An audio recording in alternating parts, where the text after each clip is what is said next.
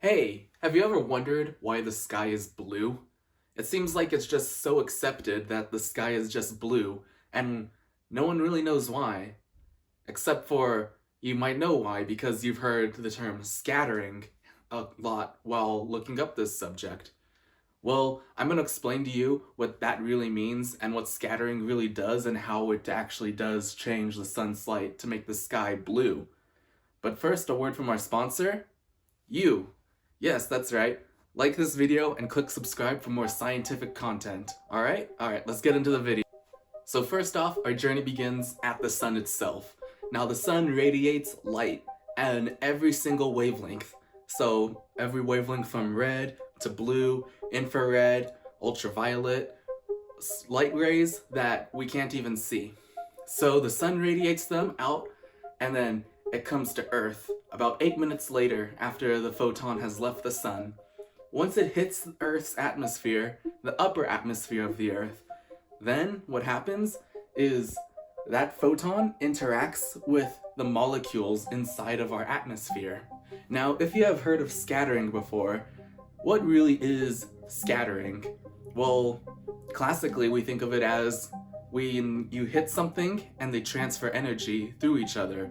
So like think of billiards. When you break the ball in billiards and it breaks all the balls in the triangle, that's scattering.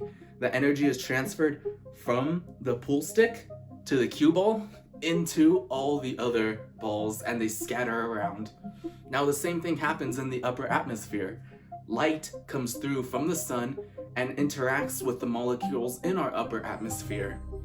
And now the way this light does interact is very special and unique because it's very frequency dependent. The higher frequencies of light interact much stronger than the lower frequencies of light.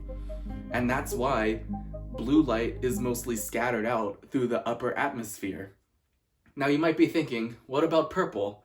Purple's a higher frequency than blue. Well, why don't we have purple skies? And you'd be right of thinking that. Why don't we have purple skies?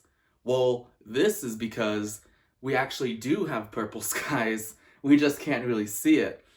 Our eyes have adapted through years of evolution to not really see purple too well. Because if you think about it, nothing in nature is really purple. You can't go outside and see purple unless you have some like special flowers or something. But most of the stuff in light is like blue, red, green, all those types of colors that our eyes have adapted super well to seeing. So technically, yes, we do have purple skies.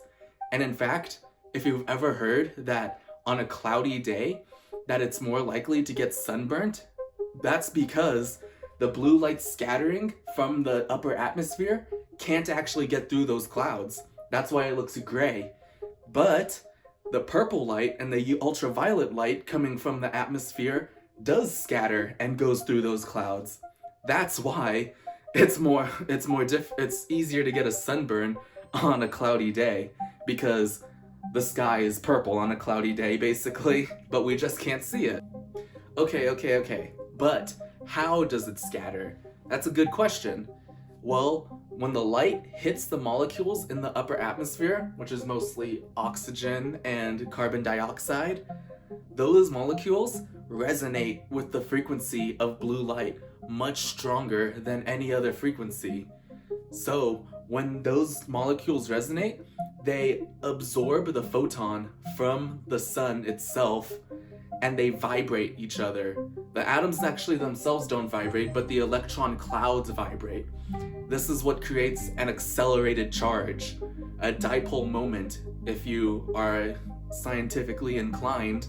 But basically what this does is it accelerates the charge and creates the potential difference big enough that the charges accelerating will release a photon after that. And so that blue photon gets released from the oscillating electron cloud. Now that's pretty interesting, isn't it? And by no means does any of this actually involve quantum mechanics. This is a quantum mechanics channel, but this is a very interesting topic, so I'm still gonna go over it, even though it doesn't involve any quantum mechanics. After that photon is released from the oscillating electron cloud, it goes down and maybe hits another electron cloud and gets absorbed and then re-emitted. This is scattering, and this is why the entire sky is blue, because these blue photons are just going back and forth between every single atom in the atmosphere, and then re-emitting down towards the center, down towards you. So really what's happening is it's not just the sun from the light from the sun that you see, it's actually the light from the entire sky that you see. The entire sky is actually emitting this blue light and ultraviolet light that we can't see ultraviolet light, but it is still emitting it. So the entire sky is actually glowing in some way. That's pretty cool, isn't it? And you know what? This also explains why we can't see stars during the day. It's not because the sun is too bright. In fact, there are pictures of people in space taking pictures of the sun, and you can see stars right next to them. But the reason we can't see stars during the day is actually because the blue light from the sky is drowning out all this light from the stars, because the sky itself is emitting too much light. Not the sun, the sky is emitting the light. And also, this explains why when you're on an airplane, you still see a blue sky, because this all happens in the very upper atmosphere, where molecules actually don't interact with each other too much. So the light bouncing between them actually doesn't interfere with itself. So the light that is up there just gets absorbed and reabsorbed by molecules, but no interference happens. So if you know any wave mechanics, you know waves of the same frequency can constructively interfere, and waves of different frequencies can destructively interfere. Well, that all happens in the lower atmosphere. So in the lower atmosphere, all these lights are constructively and destructively interfering with each other, canceling each other out, and only leaving the blue light from the upper atmosphere to go through. Okay, now what about the red sunsets? How come sunsets are red, and how come we also get those crazy purple and pinkish colors that we see during the sunset? I thought the purple we couldn't see because it was in the higher frequency range. Well, let me tackle the first question first. Why is the sunset red? The sunset is red. So now, why is the sunset red? Well, the sunset is red because of the same reason that the atoms constructively and destructively interfere in the upper atmosphere. Once they constructively and destructively interfere, we're left with just the blue light from the upper atmosphere. But what happens is, when the sun has to go through multiple sources of light and go through a thicker atmosphere to see you at the sunset, it actually reduces the energy absorption. So why is the sunset red then? Well, it's almost like the same thing. Because the sun, when it sends its photon through the atmosphere, it actually has to go through. So why is the sunset red then?